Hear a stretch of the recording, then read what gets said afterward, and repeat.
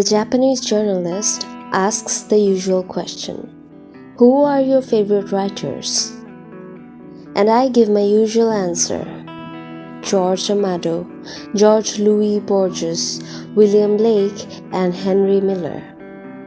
The interpreter looks at me in amazement. Henry Miller? Then she realizes that it is not her role to ask questions, and she carries on interpreting. At the end of the interview, I ask her why she was so surprised by my response. Was it perhaps because Henry Miller is not considered to be politically correct? He was someone who opened up a vast world for me, and his books have an energy and a vitality rarely found in contemporary literature. No, I'm not criticizing Henry Miller. I'm a fan of his too, she said. Did you know that he was married to a Japanese woman? Of course I knew. I'm not ashamed to be enough of a fan to want to find out everything about a writer and his life. I went to a book fair once just to meet George Amado. I traveled 48 hours in a bus to meet Borges, and it was my fault that I didn't, because when I saw him, I froze and couldn't say a word. I rang the bell of John Lennon's apartment in New York. The doorman asked me to leave a letter explaining the reason for my visit and said that John Lennon would phone me. But he never did. I had plans to go to Big Sur to see Henry Miller, but he died before I had saved enough money for the trip. The Japanese woman is called Hoki, I said proudly. I also know that there is a museum of his watercolors in Tokyo. Would you like to meet her tonight? What a question. Of course I would like to meet someone who once lived with one of my idols. I imagine she must receive visitors and requests for interviews from all over the world. After all, she lived with Miller for nearly 10 years. Surely she wouldn't want to waste her time on a mere fan. But if the translator says it's possible, I had better take her word for it. The Japanese always keep their word. I spend the rest of the day anxiously waiting.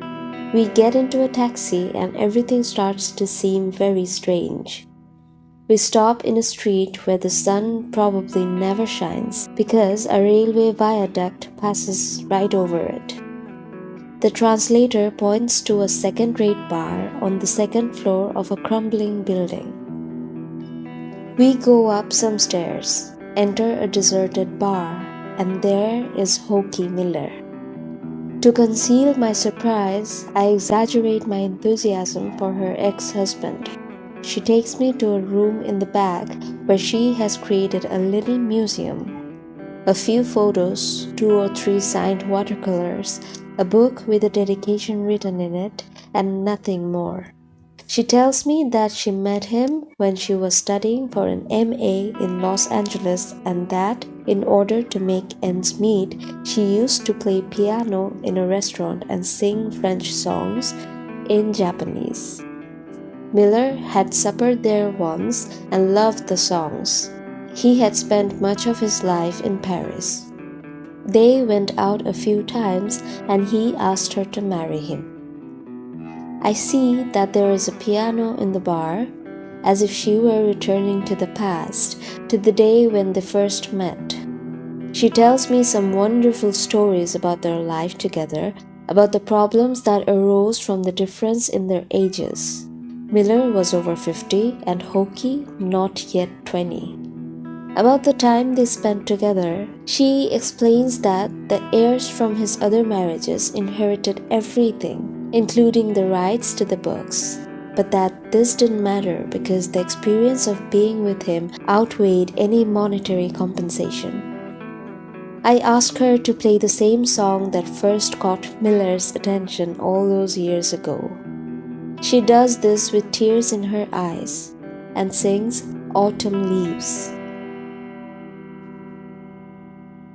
The translator and I are moved too. The bar, the piano, the voice of the Japanese woman echoing through the empty room, not caring about the success of the other ex-wives or the rivers of money that must flow from Miller's books or the international fame she could be enjoying now. There was no point in squabbling over the inheritance. Love was enough, she said at last, sensing what we were feeling. Yes, in the light of that complete absence of bitterness or rancor, I think love really was enough.